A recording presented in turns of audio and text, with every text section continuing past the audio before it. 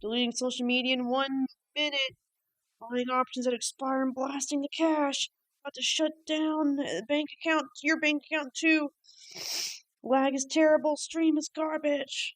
Like, about to delete Twitter in 30 seconds. If you don't call me, my phone's literally off, right? I'm just like, it literally died. Gonna donate $250,000 to Policy. It's like a I don't have much to add to this. Like, Amouranth is showing how abusive her husband is, and like, there's like a lot of clips talking about like him like breaking down doors and all of this, and like all the crazy thing he says, and like talking about how like if she doesn't pick up his phone call in the next minute, he's going to like burn all of her money, just throw it all away. And like, I don't have much to add to like the whole domestic abuse situation because it's obviously bad. But like, what is this guy doing? Like, he had the easiest job in life. Like, you're married to Amouranth. All you have to do is sit at home and chill. She's made more than enough money for both you and her. So you can just be home and chill. Like, if you can't make this relationship work and not be a total scumbag, like, no other relationship you're in is going to work out. Because, like, once you add financial stress on top of a relationship, like, this guy is doomed. The phrase that I said last time was something that I've heard my friends say. I thought it was cute and it rhymes and stuff, but it was brought to my attention by mods actually, and I just wanted to clarify that I know. My mod sent me a lovely document on the issue, so I just wanted to let you guys know I'm aware now, and I'm sorry if I offended anyone. I really didn't intend to. You don't need to apologize. So, like, you may be thinking, oh, did, like, Valkyrae finally drop the hard R or something? No. What you said was, no cap on a stack for real, for real. And you may be wondering, like, what kind of mod gets offended with this? I think I found a picture of her, though. Like, this is, like, the only person who would get offended. Like, this screams, like, young teenage white girl on Twitter being upset on behalf of other people. It's insane to me that she has to apologize for this. Like, she can just unmod the person and ignore them, and no one else would care to hear about this. Like, people like this are the people who give the people on the left a bad name, because these are the crazy, like, overreaches that people are talking about with cancel culture. Obviously, saying, like, slurs, bad. Saying no cap on a sack for real, for real. No one in the real world cares about that. That's like purely an online thing. A lot of people came away with the feeling of, okay, so Slicker scammed over 70 people out of over $250,000, and now he gets all of his debts paid off and gets to walk away without any punishment. Look, I am not the law. I cannot extradite Slicker from the UK and bring him over to America so he seeks the justice he so rightly deserves. All I can do is try to make sure the victims are in a good spot.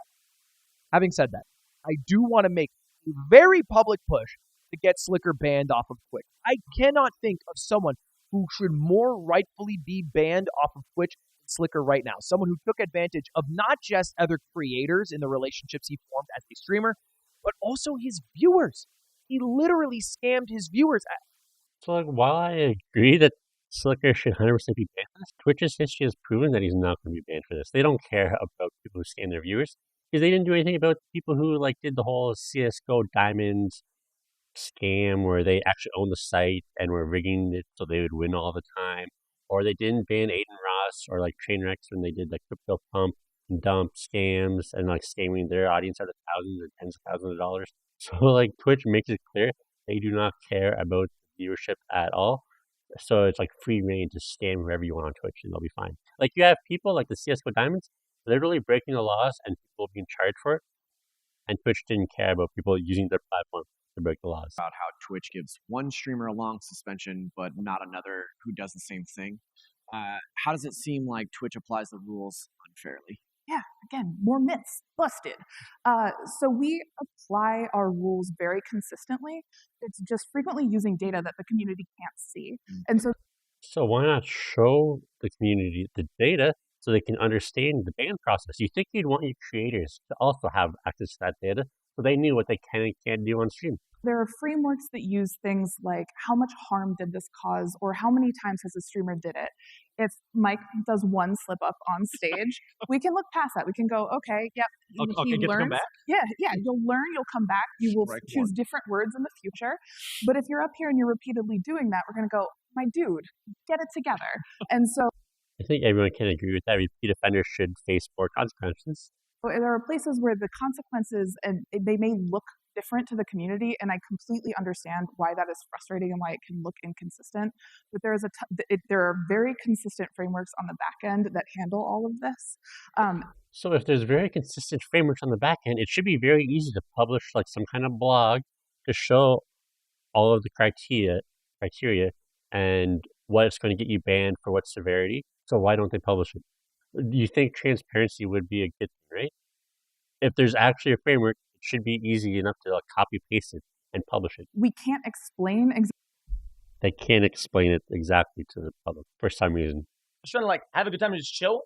I'm talking to Omi, and then she touches my legs like that, from behind, because she's in front of me, and she touches my legs like that, That's assault. and I'm like, yo, I'm taken, and you back up, I'm done with this shit. I'm getting fucking annoyed. At that point, I'm just getting mad. Just stop. I tell other people, and then 5 minutes later, I'm just chilling there again. I'm looking around, and she puts both hands on my legs and goes all the way up, and then she That's fucking assault. grabs my dick, man. Oh And I'm my like, God. yo! So the first time I can more easily be okay, they're drunk at a party, people get handsy. It's still obviously sexual assault, but that's more common, so that's understandable. But when they tell you no and you come back and just grab their dick, that's so obviously sexual assault.